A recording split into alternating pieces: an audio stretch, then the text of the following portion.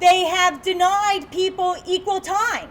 When you've gone to these hearings, different people that have gone to speak with the stenographer at different points in time have been given different numbers of minutes to speak. And I'm not talking about the people who came up first got 5 minutes and then cut everybody else down to 3 minutes.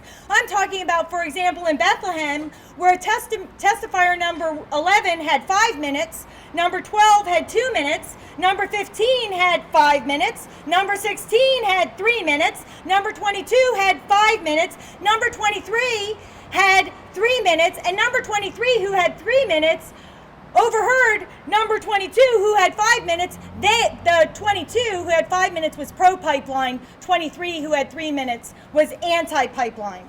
Spouses who wanted to go testify together were not allowed to. Either one could testify or they had to split up. A mother who wanted to sit with her minor child while the child delivered their own personal testimony for these faux hearings had to argue with FERC for the right to sit with her young child to make sure no shenanigans happened while this young child was speaking to the stenographer. They have started this undemocratic process of sticking people into cubicles so that we do not have a real hearing where people can stand up and talk to their neighbors, their friends, other people that are interested.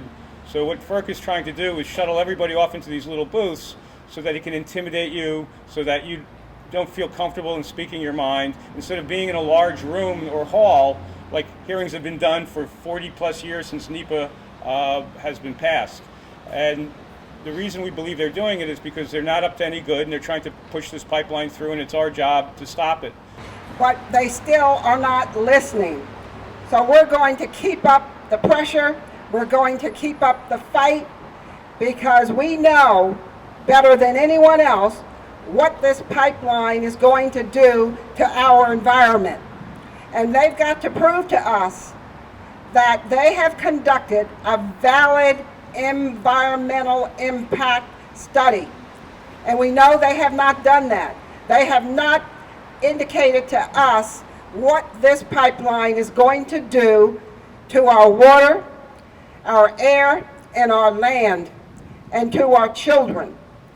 The bottom line is that FERC gets an F in environmental protection, and when they should be holding legitimate and transparent hearings, they've basically closed to the public and decided to do meeting by cubicles. This proposed project, which will affect over 250 water bodies and almost 100 acres of wetlands, is too important to just base it on a environmental impact study, which is the Swiss cheese of environmental impact studies. There's so many deficiencies and holes in this report that they can't possibly come to any kind of conclusion of whether this pipeline should commence. The Natural Gas Act 15 U.S.C. 717F demands there must be proof of demonstrated public need for new pipeline projects. Before FERC ever considered even accepting the environmental impact statement from PennEast, FERC should have ascertained whether the necessity even existed at all. According to the federal NEPA law, the no action alternative is required to describe in detail the effects if this project is not brought to fruition. Instead, their DEIS allocates a scant 4 paragraphs to this option, none of which provides any criteria of supporting data of the need for this project. And we obviously have the facts on our side. This DEIS is a disaster because it skips over some of the most important environmental protections that are on the books, and protections that this legislature helped to create and the administration under Governor McGreevey helped to create for 30 high-quality Category 1 waterways in Mercer and Hunterdon counties. Waterways that provide our drinking water, waterways that have ecological significance and provide habitat for threatened and endangered species. This plan does nothing to say on how they're going to prevent damage. And there's a reason why the plan doesn't say that. It's because you can't build a pipeline through a 300-foot buffer and a high-quality waterway and not desecrate it. We all know that this pipeline is connected to the New Jersey gas plants in Burlington County and Monmouth and Ocean County. And New Jersey Gas has admitted, who's a partner in PennEast, that they want this gas to expand sprawl and further kill off the Barnegat Bay that's already dying because of the excessive poor development down there. And that's not in the environmental impact statement. So this really, it's clear that this is not public need, it is corporate greed. It's about taking away people's property rights and the misuse of eminent domain. And, you know, only in FERC world would corporate want be defined as a public need. Just because a gas company wants more gas doesn't make that a public need, let alone all the other impacts. You know, evidence in exhibit number 1 in why we need to update the laws that guide FERC.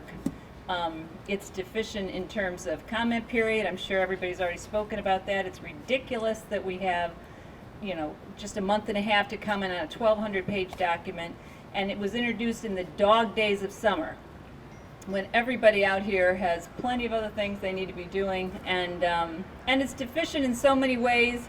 It continually cites to studies that aren't there, and yet comes up with the finding that this project should go ahead. So I just want to thank you all for taking time out of your August.